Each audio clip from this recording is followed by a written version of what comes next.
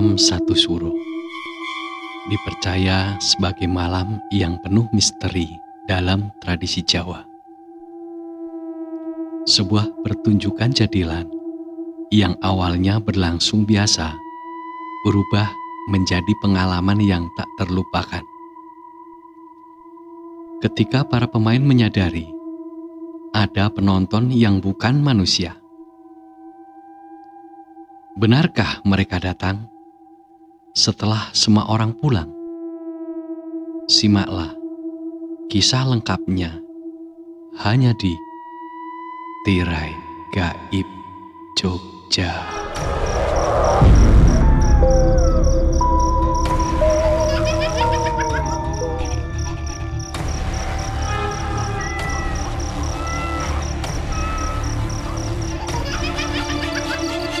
Pernahkah Anda mendengar suara gamelan di tengah malam? Padahal tidak ada pertunjukan apapun. Atau melihat sosok penari jadilan yang bergerak pelan di lapangan kosong. Saat semua orang sudah pulang sejak berjam-jam sebelumnya. Masyarakat Jawa percaya bahwa jadilan bukan sekedar kesenian rakyat. Di balik hentakan kendang, suara gamelan, dan tarian para penunggang kuda kejaran kepang, terdapat dunia lain yang terkadang ikut menyaksikan. Bahkan, konon ada saat-saat tertentu di mana penonton yang datang bukan hanya manusia. Inilah kisah yang diceritakan oleh seorang warga di wilayah Kulon Progo, Yogyakarta. Sebuah kejadian yang hingga kini masih menjadi perbincangan di kalangan pelaku seni jadilan. Kisah tentang seorang penari yang menari sendirian saat seluruh rombongan telah pulang. Kejadian ini terjadi beberapa tahun silam. Tepatnya pada malam menjelang bulan Suro. Sebuah kelompok jadilan diundang tampil dalam acara bersih desa. Sejak sore hari, lapangan desa sudah dipenuhi warga. Anak-anak berlarian, pedagang makanan berjejer di pinggir jalan. Suasana meriah seperti pesta rakyat. Namun para sesepuh desa sebenarnya sudah mengingatkan, malam itu dianggap malam yang wingit. Beberapa lokasi di sekitar lapangan dipercaya sebagai tempat yang tidak boleh diganggu. Terutama sebuah pohon beringin tua yang berdiri tidak jauh dari arena pertunjukan. Konon, pohon tersebut telah ada jauh sebelum desa itu berdiri. Dan sering dikaitkan dengan berbagai kejadian ganjil. Meskipun demikian, acara tetap berjalan. Karena selama ini tidak pernah ada masalah yang berarti. Menjelang pukul 9 malam, pertunjukan mencapai puncaknya. Musik gamelan dimainkan semakin cepat. Para penari mulai memasuki fase transe. Satu persatu mengalami kesurupan. Ada yang memakan bunga, ada yang berjalan merangkak, ada pula yang berteriak dengan suara yang bukan suara manusia. Warga yang menonton menganggap hal itu biasa.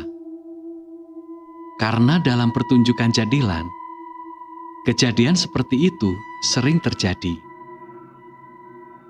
Namun, malam itu berbeda.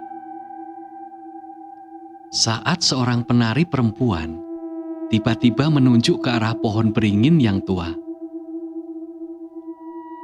Tatapan matanya kosong. Lalu dengan suara berat ia berkata, "Mereka datang! Mereka datang! Mereka datang!" Semua orang terdiam. Tak ada yang mengerti siapa yang dimaksud. Namun penari itu terus memandang ke arah pohon tersebut, seolah sedang melihat sesuatu yang tidak bisa dilihat orang lain. Menurut beberapa warga yang duduk di dekat panggung, mereka mulai menyadari sesuatu yang aneh. Di bawah pohon beringin, terlihat beberapa sosok duduk berjajar. Jumlahnya sekitar 7 orang. Mereka mengenakan pakaian hitam, tidak berbicara, tidak bergerak, hanya memperhatikan pertunjukan yang terus berjalan. Awalnya warga mengira mereka penonton biasa. Tetapi semakin lama, muncul kejanggalan. Tidak seorang pun mengenali wajah mereka.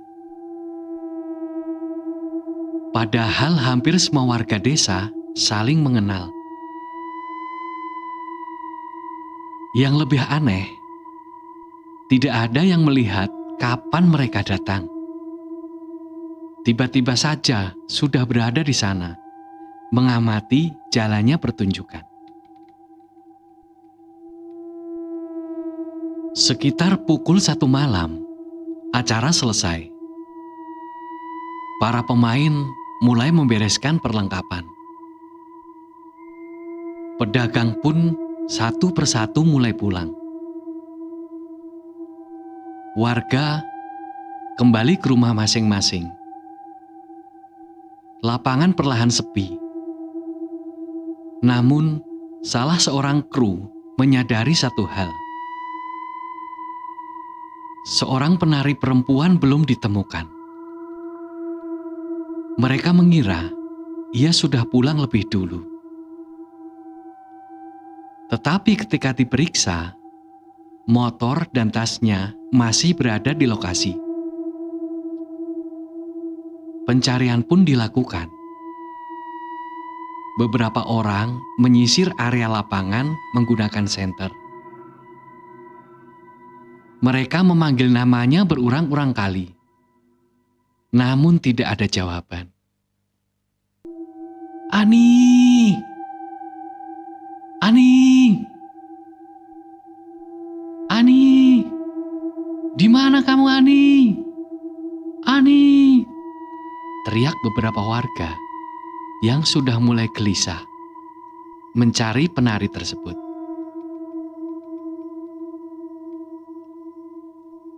Saat pencarian hampir dihentikan, sayup-sayup perlahan namun pasti dari jauh terdengar suara gamelan.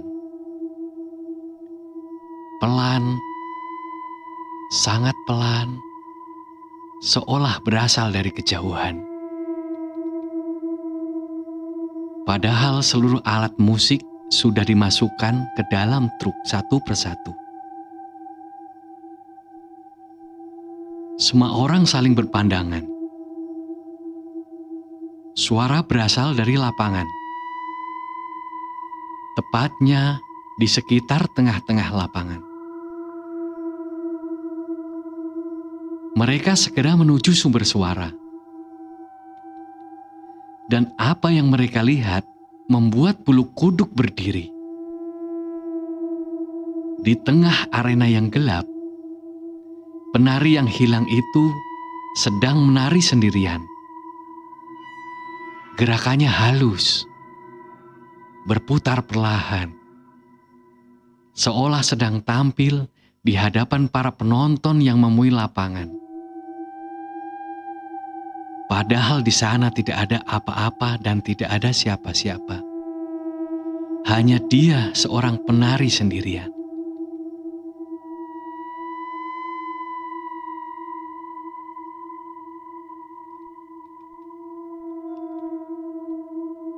Salah seorang sesepuh yang ikut mencari mendadak menghentikan langkah. Wajahnya pucat, tangannya gemetar. Ia mengaku melihat sesuatu yang berbeda. Menurut penglihatannya, lapangan yang kosong itu sebenarnya tidak kosong. Di sekeliling penari berdiri puluhan sosok yang samar. Mereka membentuk lingkaran, menyaksikan tarian itu dengan diam. Persis seperti penonton sebuah pertunjukan. Tetapi bukan pertunjukan dari manusia. Sang sesepuh segera meminta semua orang mundur.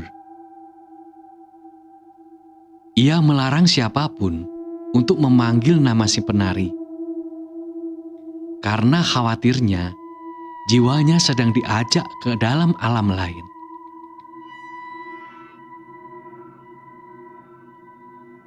Seorang pawang jadilan akhirnya dipanggil. Ia datang, membawa air doa dan bunga. Setelah membaca mantra yang dibacakan dalam bahasa Jawa kuno, ia berjalan perlahan, mendekati penari tersebut.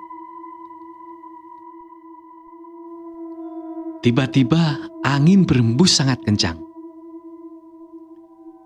Padahal malam itu, sebelumnya begitu tenang. Daun-daun mulai berjatuhan. Suara aneh terdengar dari arah pohon beringin. Mirip orang tertawa. Namun tidak jelas di mana asalnya. Penari itu kemudian berhenti. Kepalanya menoleh perlahan. Tatapannya kosong. Lalu ia jatuh pingsan. Setelah sadar, tepat menjelang subuh, penari tadi menangis. Ia mengaku tidak mengingat apapun setelah kesurupan tersebut. Namun ada satu hal yang masih ia sangat ingat dengan jelas. Ia merasa diajak menari oleh sekelompok orang yang tak dikenal. Mereka mengenakan pakaian seperti penonton pertunjukan pada zaman dahulu. Jumlahnya sangat banyak. Mereka terus bertepuk tangan, memintanya menari lebih lama. Saat ia bertanya siapa mereka, tidak ada satupun dari mereka yang mau menjawab. Semua hanya tersenyum. Dan ketika ia mencoba berhenti, salah satu sosok dari mereka berkata, "Pertunjukan belum selesai. Lanjutkan. Lanjutkan. Belum selesai." Kalimat itulah yang membuatnya ketakutan hingga sekarang. Benarkah malam itu para penari jadilan yang sedang tampil di hadapan makhluk tak kasat mata? Atau semua hanya pengaruh kesurupan yang menciptakan halusinasi? Tak ada yang benar-benar tahu. Namun hingga kini, kelompok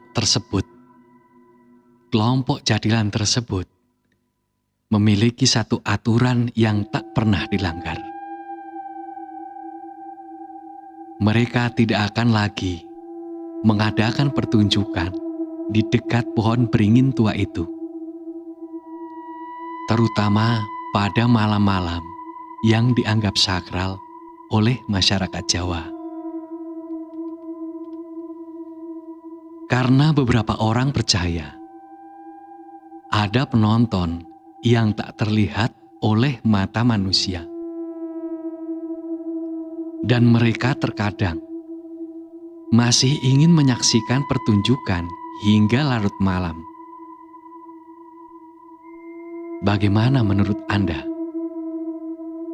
Apakah kisah ini hanya kebetulan? Atau memang ada sesuatu yang hidup berdampingan dengan kita tanpa pernah terlihat? Tuliskan pendapat Anda di kolom komentar.